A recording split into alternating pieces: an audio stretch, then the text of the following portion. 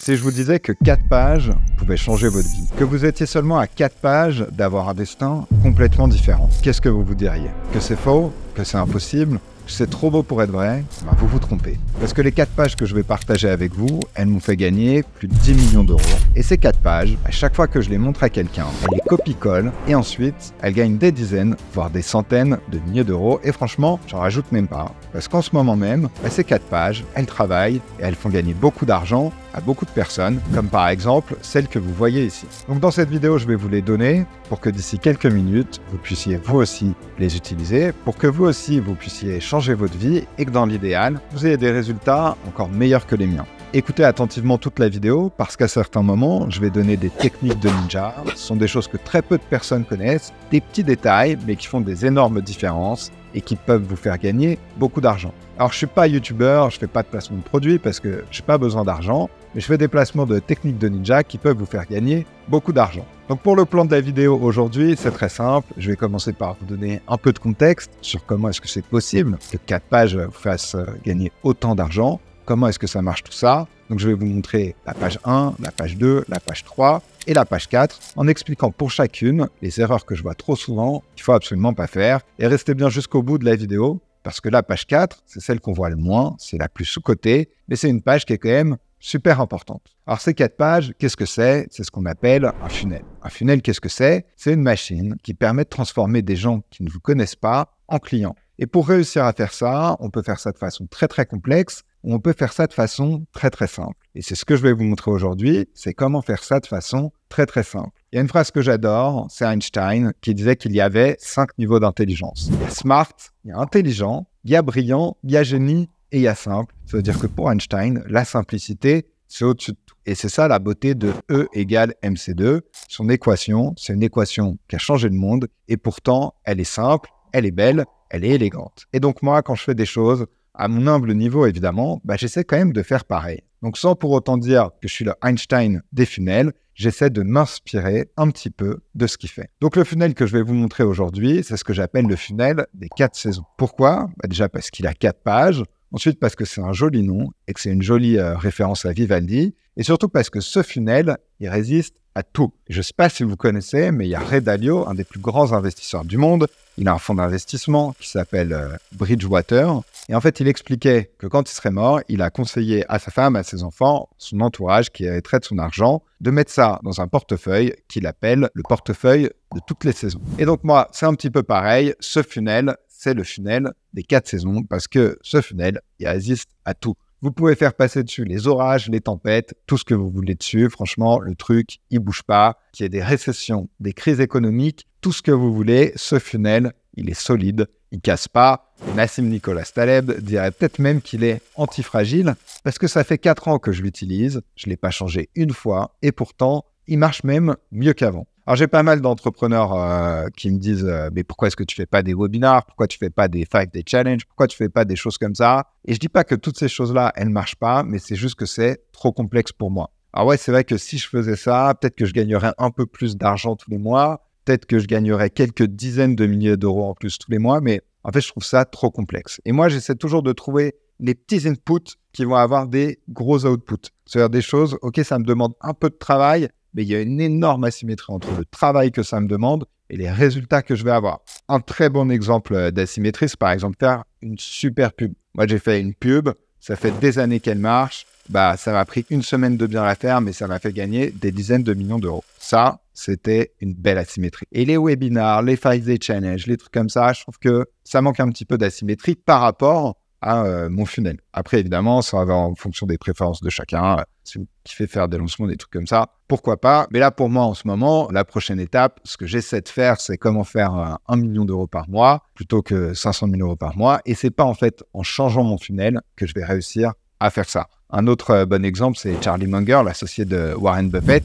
qui disait que trop souvent, les gens, ils essayaient de multiplier par pi. Vous savez, pi, c'est le chiffre 3,14, etc. Quand on multiplie par pi versus multiplier par 3, c'est vrai qu'on fait un peu plus, mais c'est quand même beaucoup plus complexe. Et c'est quand même beaucoup plus simple de multiplier par 3. Donc moi, j'essaie toujours de multiplier par 3 et pas de multiplier par pi. Donc le funnel, les 4 pages que je vais vous montrer ici, franchement, pour moi, c'est multiplier de l'argent par 3. Ou même en vrai par beaucoup plus, je pense que vous avez capté l'idée. Et donc la première page, c'est ce que j'appelle la landing page. Mais une landing page, ça ressemble à ça. En français, une page d'atterrissage, c'est quand même moins stylé qu'en anglais. Donc moi, je dis une landing page. Et c'est simple, il n'y a pas de fioriture, il n'y a pas de couleur dans tous les sens. L'important, c'est vraiment que ça parle à votre niche. Et ce qui est important à comprendre dans la landing page, c'est que le plus important, et c'est pour ça qu'il ne faut pas trop se prendre la tête, c'est le titre et le sous-titre. Ça, là, c'est 80% du résultat. Ce qui est important aussi, en fait, c'est ce qu'on appelle la ligne de flottaison. Et donc, l'idée, c'est de réussir à rester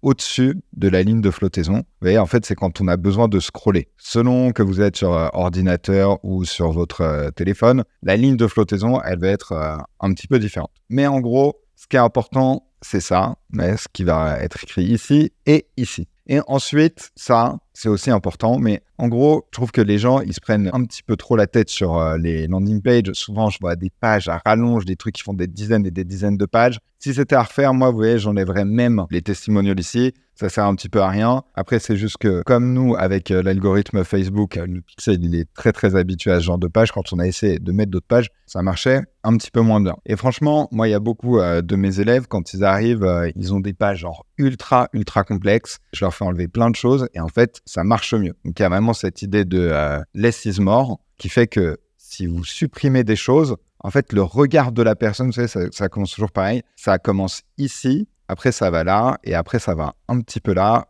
Et ensuite, la personne, il faut qu'elle clique ici. En fait, on veut qu'elle fasse qu'une seule chose, c'est qu'elle clique ici. Donc, plus c'est simple, moins il y a de choses, plus vous augmentez les chances que la personne, elle clique sur ce bouton. Et vous savez, par exemple, dans mon mastermind, on avait un de nos élèves, avant de rejoindre le mastermind, son activité marchait. À un moment, en fait, elle a marché bien. Et puis à un moment, elle s'est mise à plus du tout marcher son activité. Et quand il est arrivé, justement, il a un gros problème de landing page, un gros problème de messaging, un petit peu partout dans le funnel.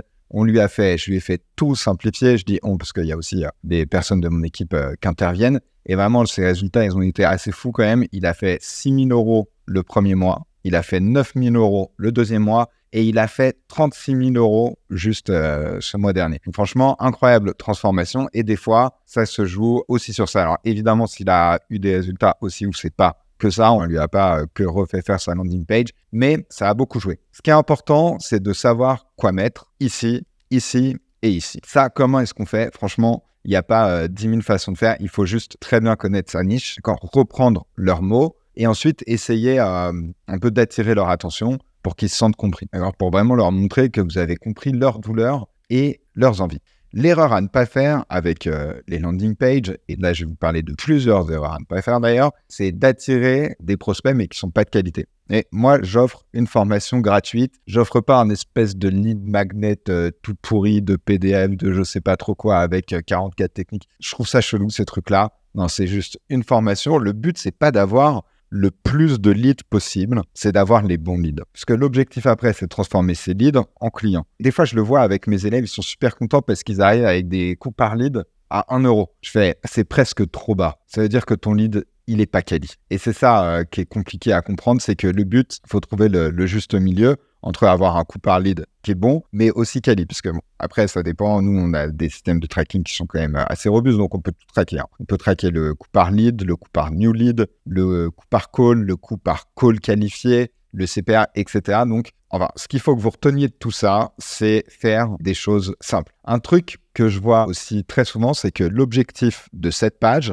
c'est de vendre la page d'après. Donc, ça veut dire que, en fonction de comment les gens sont arrivés sur cette page, je ne veux pas rentrer dans le détail dans cette vidéo parce que ce serait beaucoup trop long comme vidéo. Les gens, ils arrivent par deux façons sur cette page-là. Soit ils arrivent par des ads, donc de la pub, soit ils arrivent par de l'organique, du trafic gratuit ou du trafic payant. Là où c'est important de calculer ces métriques de coût par lead, c'est évidemment si vous faites du trafic payant. Si vous faites du trafic gratuit, vous ne prenez pas trop la tête avec les landing page conversion rate, des choses comme ça. Mais ce que je veux vous dire, c'est que quand vous faites une pub ou quand vous faites de l'organique, l'objectif, c'est pas directement de vendre votre produit. L'objectif, c'est de vendre le clic sur la landing page. L'objectif de la landing page, c'est pas de vendre votre produit, c'est pas encore de vendre votre méthode, c'est de vendre le clic sur la page d'après. D'accord? Donc, c'est juste ça. Et des fois, je vois des gens, ils essaient de sauter toutes les étapes et de vendre dans leur landing page le produit. Non, c'est simple. Là, on reste focus sur la première page. Aussi, un autre truc qui est important, c'est que il y a trop de gens, ils ont envie de faire des jolies choses. Et moi, dans ma vie de tous les jours, franchement, j'adore les jolies choses, j'adore les beaux vêtements, j'adore les beaux meubles, j'adore tout ça.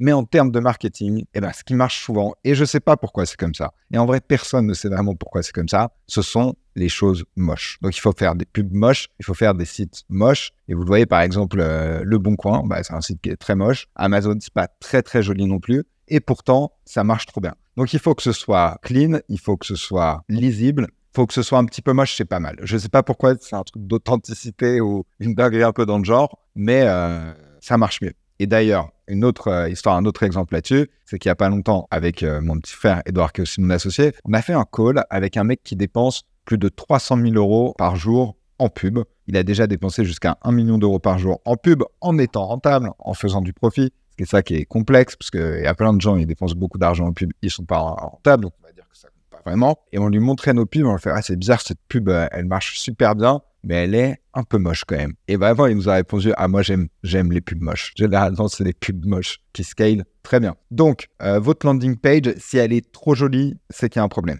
Évidemment, il y a des exceptions. Je ne sais pas si vous faites une landing page qui va s'adresser aux architectes ou aux designers d'intérieur. Évidemment, il faut que ça évoque leur monde. Donc, évidemment, dans ce cas-là, il ne faut pas faire des choses moches, il faut faire des choses qui leur parlent. Nous, ça marche très bien. Ensuite, comment savoir si vous avez une bonne landing page ? L'important, c'est les métriques. Ce que je disais avant, si vous avez du trafic organique, il ne faut pas trop se prendre la tête avec ça, parce que c'est gratuit de toute façon. Si c'est payant, alors c'est différent. Évidemment, ça dépend de votre funnel en détail. Mais moi, ce que j'aime bien dire, c'est qu'il faut viser autour de 10, 15%, 20%. 20%, ce serait vraiment bien. Après, nous, ce qu'on regarde beaucoup, c'est le coût par lead et ensuite la suite, le coût par call, etc. Si vous êtes à 2% et que votre coût par lead, il est quand même bon, vous ne prenez pas la tête. Votre landing page, elle est quand même bonne. Alors, des petites techniques de ninja quand même qui me font plaisir de partager avec vous, c'est que ici, alors à chaque fois on me dit « Ah, ton truc n'est pas clippable, tu devrais le rendre cliquable. » Comme si je ne l'avais pas vu les gars, je le connais par cœur mon funnel. Il y a une raison pour laquelle c'est pas cliquable, c'est parce que pour nous, je ne sais pas pourquoi on a fait des tests avec un truc qui était cliquable, ça marche mieux quand c'est pas cliquable. Mais vous, surtout, ne faites pas ça. Essayez de plutôt reprendre en exemple cette page-là, qui est la landing page pour le mastermind. Je la ferai différemment maintenant si c'était à refaire, mais 2 techniques de ninja. Donc, la première, donc vous la connaissez, c'est ça, évidemment, de rendre l'image cliquable quand même. Normalement, c'est mieux. Et surtout, en fait, de faire un GIF. Ouais, alors ça, c'est un truc que je donne à mes élèves et à chaque fois, ça marche trop bien pour eux. En fait, c'est que l'image que vous insérez là, vous en faites un GIF. Je ne sais pas si on dit GIF ou si on dit GIF, mais ça, c'est très facile à faire sur Internet. Il y a plein de tutos, vous pouvez regarder. Et en fait, du coup, ça donne l'impression qu'il y a une vidéo qui va se lancer. Vous me mettez ce bouton YouTube là en rouge, ça donne envie aux gens de cliquer. Et ça, franchement, ça a des effets de ouf. Un autre truc, c'est que évidemment, si vous voulez aller dans le détail, faites en sorte que là, il y ait un seul bouton quand vous êtes sur ordi, mais que en fait, par exemple, quand vous êtes sur téléphone, et on va le voir apparaître, il y a 2 boutons. Et que ce bouton-là, il apparaisse au-dessus de ce que j'appelle la ligne de flottaison, que ça arrive le plus tôt possible. Ensuite, un autre truc auquel les gens... Moi, j'adore cette landing page, je trouve que c'est la meilleure que j'ai faite, parce que vous voyez, c'est juste du blanc. C'est juste du blanc, puis les trucs qui sont importants qui ressortent ici. C'est le Johnny Ive, le designer de génie de chez Apple, celui qui a designé avec Steve Jobs les iPhones, celui qui a designé iOS, et il disait « Ma couleur préférée, c'est le blanc ». Ah bah du coup, moi, depuis que j'ai entendu ça, je fais « Moi aussi, je veux que le blanc, ce soit ma couleur préférée ». Et donc, j'essaie de faire les choses le plus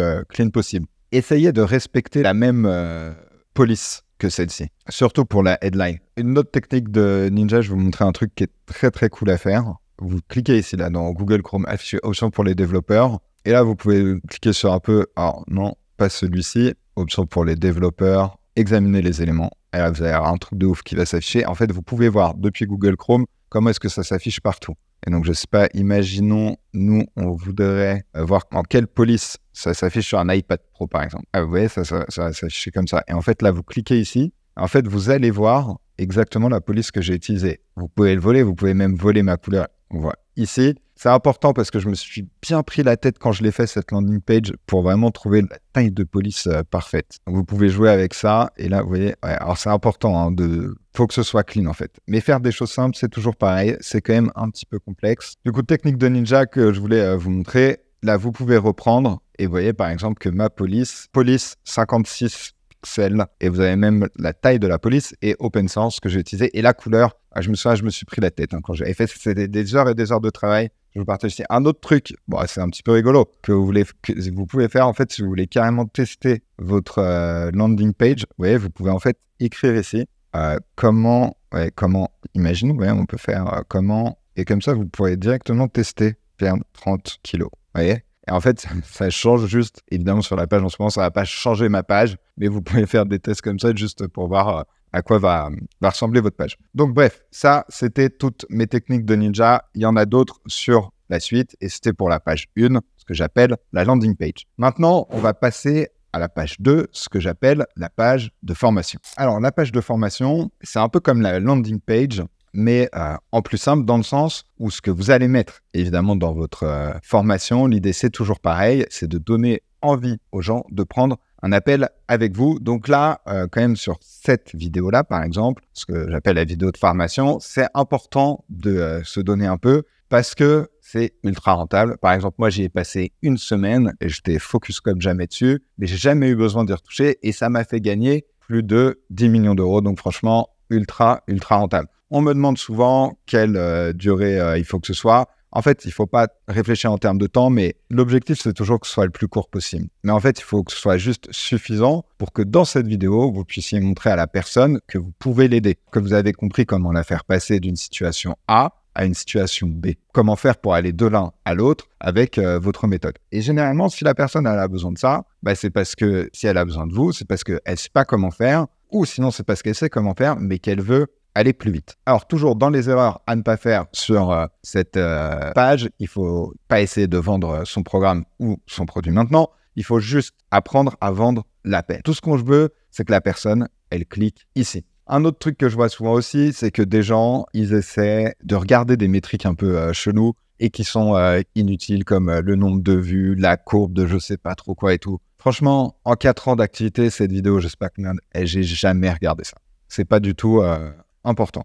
Ensuite, vous voyez, toujours pareil, à la Johnny Ive. Je vais appeler ça les landing pages à la Johnny Ive parce que beaucoup de blanc, mais comme ça, c'est clean. Alors, ce qui est marrant, c'est qu'à chaque fois que je donne cette landing page, je vois que les gens, ils copient ma landing page parce qu'ils prennent le compromis ici. En vrai, le compromis, c'est parce que j'étais un petit peu un beginner, mais le mettez pas. Hein. En vrai, ça sert à rien du tout. Après, dans les trucs cool qui sont bien, par contre, ça a des vraies techniques de ninja. Par exemple, moi, la vidéo, elle est hostée sur Wistia, je crois. Et du coup, on peut mettre dans les métriques, pas dans les métriques, mais dans les paramètres de Wistia, des choses qui vous permettent de faire en sorte que, en fait, la vidéo, elle se lance, on a l'impression qu'elle se lance plus ou moins. Là, je l'ai déjà lancée, mais par exemple, si je vous montre pour le mastermind, alors vous voyez, là, je me suis vraiment un peu trop grosse, la vidéo. Vous voyez, c'était à refaire d'ailleurs. Là, je pense qu'il y a un problème d'affichage trop grosse. Mais, vous voyez, j'ai même enlevé le titre en vrai, donc vous pouvez carrément l'enlever. Mais là, il faut, d'ailleurs, je vais, juste après cette vidéo, envoyer un Slack à ma team et dire, les gars,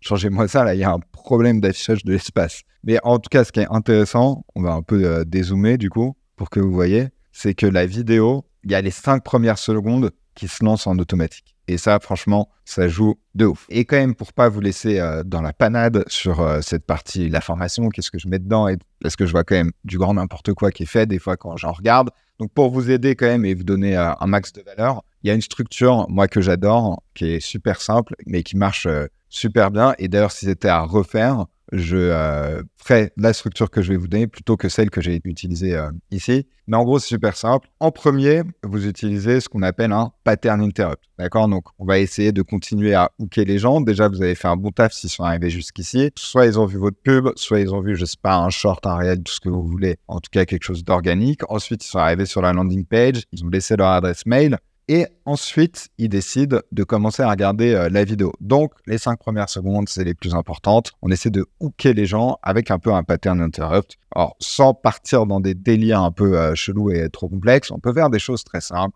Vous voyez, moi, c'est pas mal. C'est est-ce que vous seriez intéressé par tac, tac, tac, tac, tac, tac. Donc, premier pattern interrupt pour hooker les gens. Ensuite, on va faire une grosse promesse. D'accord? Donc, moi, ma grosse promesse, par exemple, là, c'est est-ce que vous seriez intéressé par avoir 3, 5, 10, 15, 20 clients par semaine en plus? Ça, c'est une belle promesse. Ensuite, moi, ce que je ferais, c'est grosse preuve. D'accord? L'idée, c'est par exemple, moi, je dis, comme je l'ai fait pour ma mère. je l'ai fait pour ma mère, ça a super bien marché pour elle, un petit peu de storytelling. Ensuite, on rajoute encore plus de promesses. On dit, OK, ce que vous allez faire, vous détaillez un petit peu votre méthode. Donc là, vous dites, OK, genre généralement, les gens, quand ils travaillent, vous ne le dites pas aussi explicitement, mais l'idée, c'est de dire, ah bah moi, ma mère, quand j'ai commencé à travailler avec elle, elle avait ce problème-là. Il n'y avait personne qui l'appelait. Ensuite, le deuxième problème, ce qu'elle avait, c'est que quand les gens l'appelaient, elle ne savait pas quoi dire. Et en fait, vous prenez les 3 gros pain points, les 3 gros problèmes des personnes qui sont dans votre cible et vous essayez de les mettre sous forme de storytelling avec à chaque fois du témoignage. Et le témoignage, c'est un peu cette idée de dire OK, ça a marché pour elle, mais ça a aussi marché pour. Quand plus vous en mettez, mieux c'est. Mais il faut juste qu'il soit bien adapté en fait à la croyance limitante que vous voulez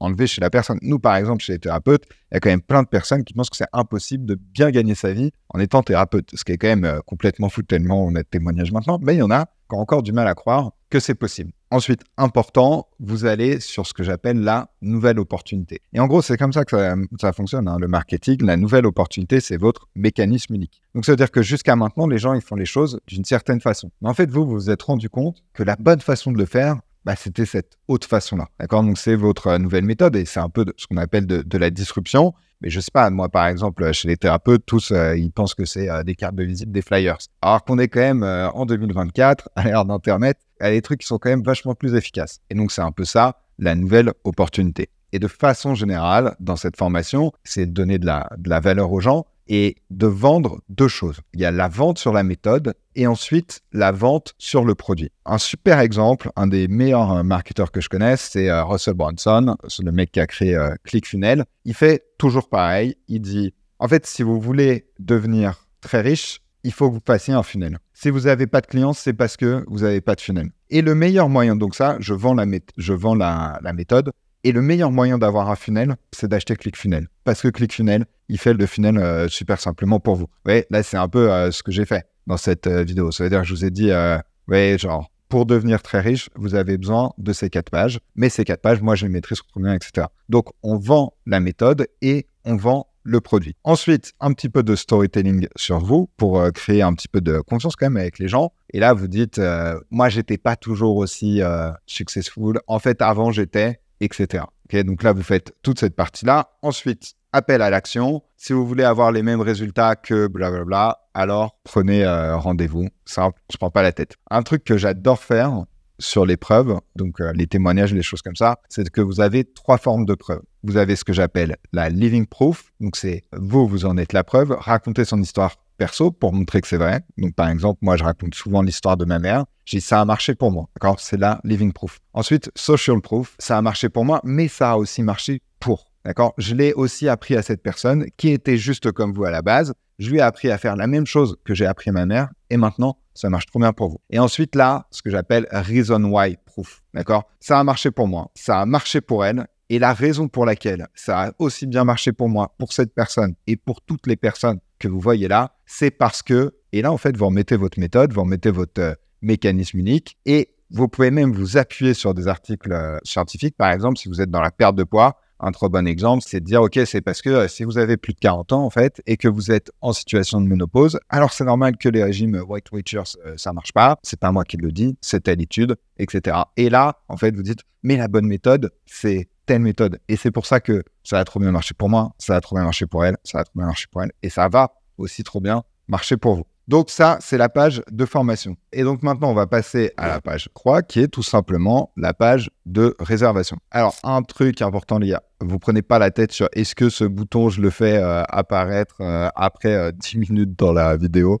Franchement, ça joue pas. D'ailleurs, une histoire trop marrante que j'avais écoutée à un mastermind, c'est qu'en fait, la seule chose que ça peut créer, c'est créer du mess dans la tête de votre sales team. Et en fait, du coup, le mec, il expliquait, en gros, si jamais vous faites des changements comme ça, que par exemple, pour l'instant, imaginons votre bouton, il apparaît qu'au bout de 10 minutes de vidéo. Et les gens, ils peuvent pas prendre ça avant. Et vous dites, ouais, ok, c'est une bonne idée parce que comme ça, les gens qui réservent un call, ils sont beaucoup plus quali. Dans l'idée, c'est vrai. Mais du coup, le problème, c'est que vous allez faire augmenter votre coût par call parce qu'il y a plein de gens, en fait, peut-être qu'ils prendraient rendez-vous dès le début. Ils n'ont pas le temps de regarder de la vidéo parce que, je sais pas, ils sont dans les transports, qu'ils vont avoir un problème de réseau, plein de choses comme ça. Et donc, ils ne réservent pas l'appel alors qu'ils auraient pu réserver et que sûrement, ils auraient été qualifiés, etc.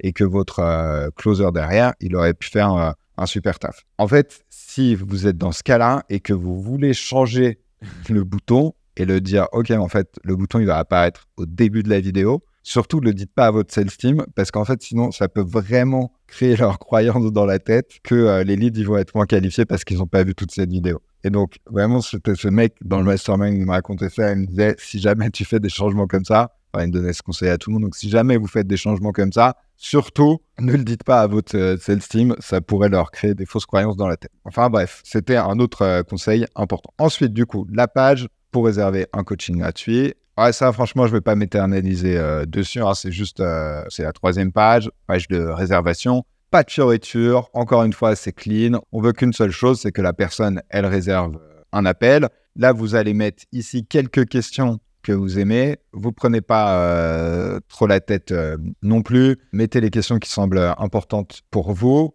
Alors, je sais, j'imagine qu'il y en a, ils vont voir le truc, ils vont me dire « Ah ouais, pourquoi tu ne fais pas le questionnaire avant le machin, etc. » Ouais, je sais, je connais toutes ces choses-là. Mais des fois, quand on a un truc qui marche très bien, la meilleure chose à faire, c'est de rien faire et de ne pas y toucher plutôt que de vouloir tout casser. Mais ce qui est important, une autre petite technique de ninja quand même que je peux vous donner sur les questions les plus importantes. Alors surtout, mais dans les élèves quand ils nous rejoignent ou des amis, quand je leur montre ça, je leur dis tellement souvent ça. La plus importante, c'est celle-ci.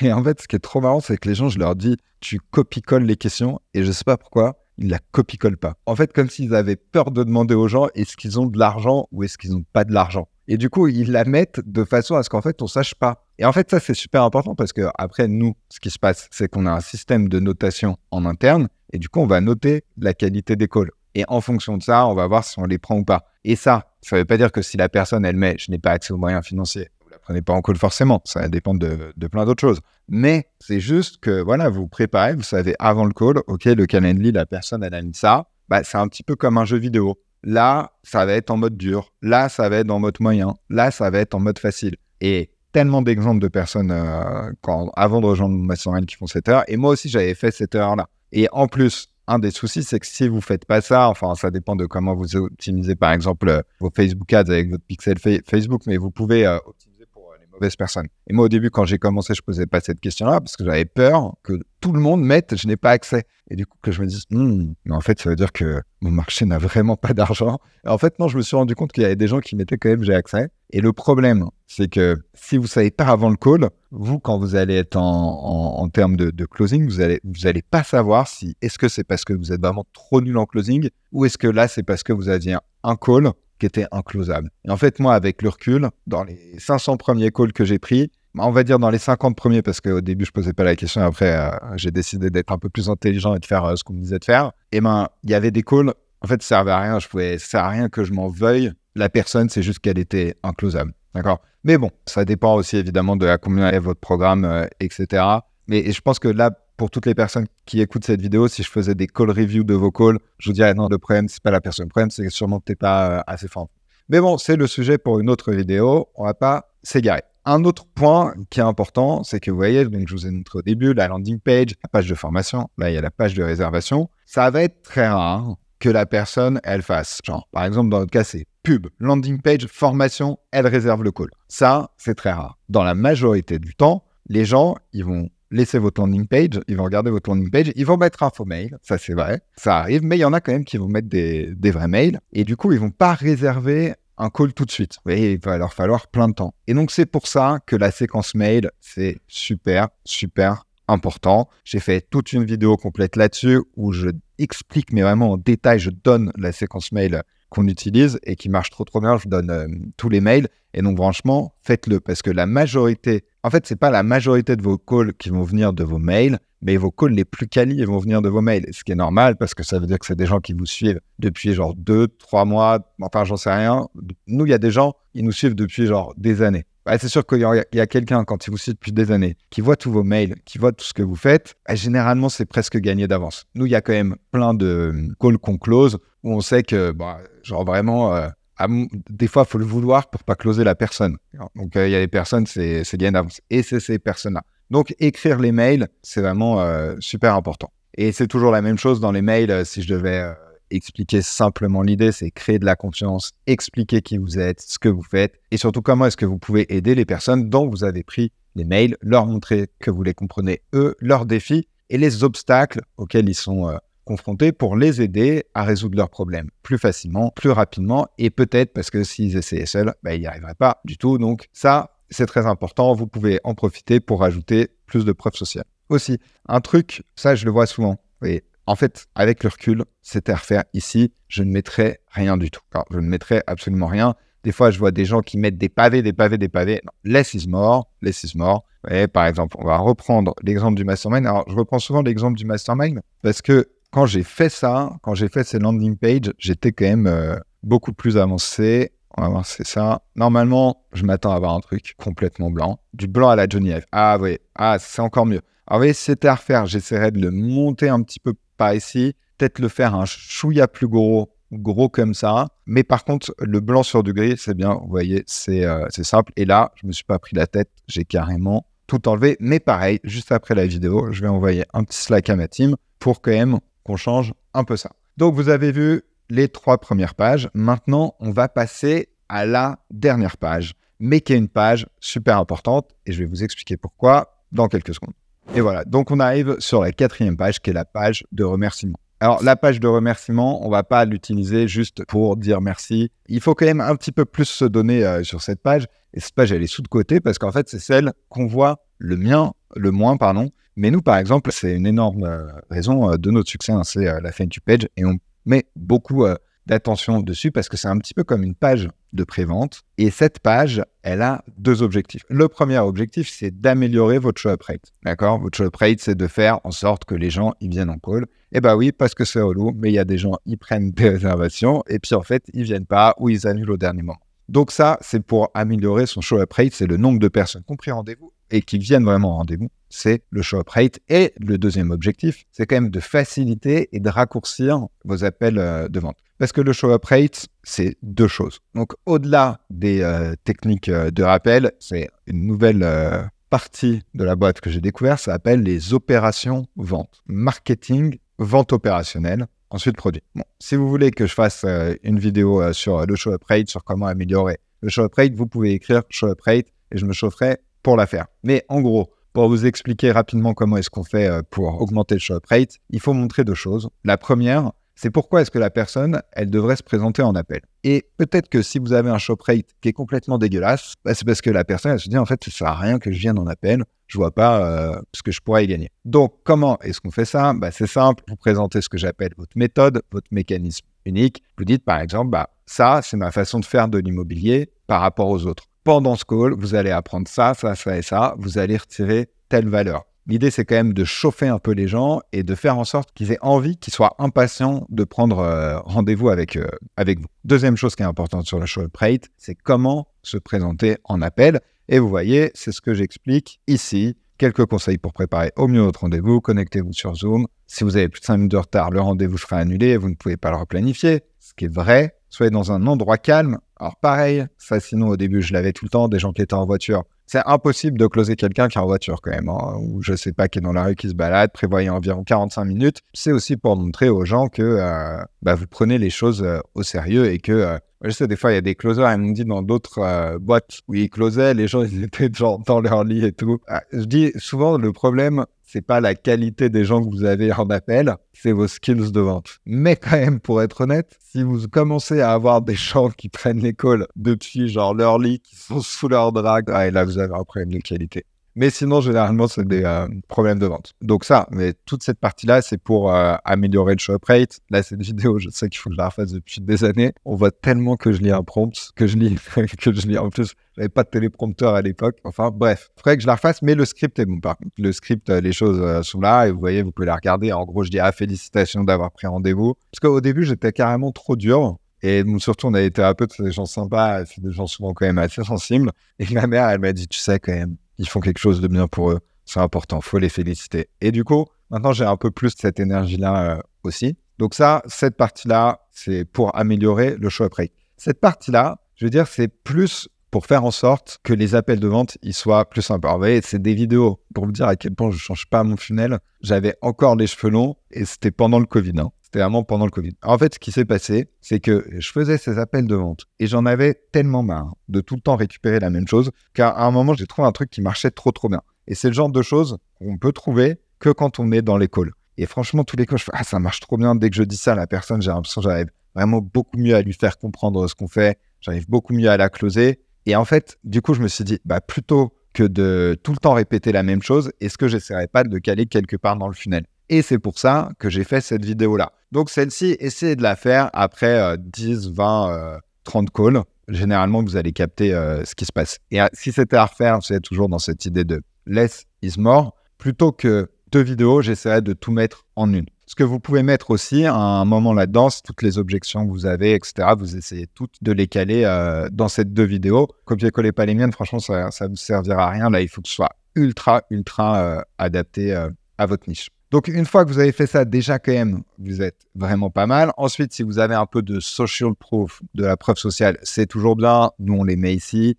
Game changer, mais ça aide quand même. Et ensuite, on y va, on rajoute du testimonial. Ça fait pas de mal.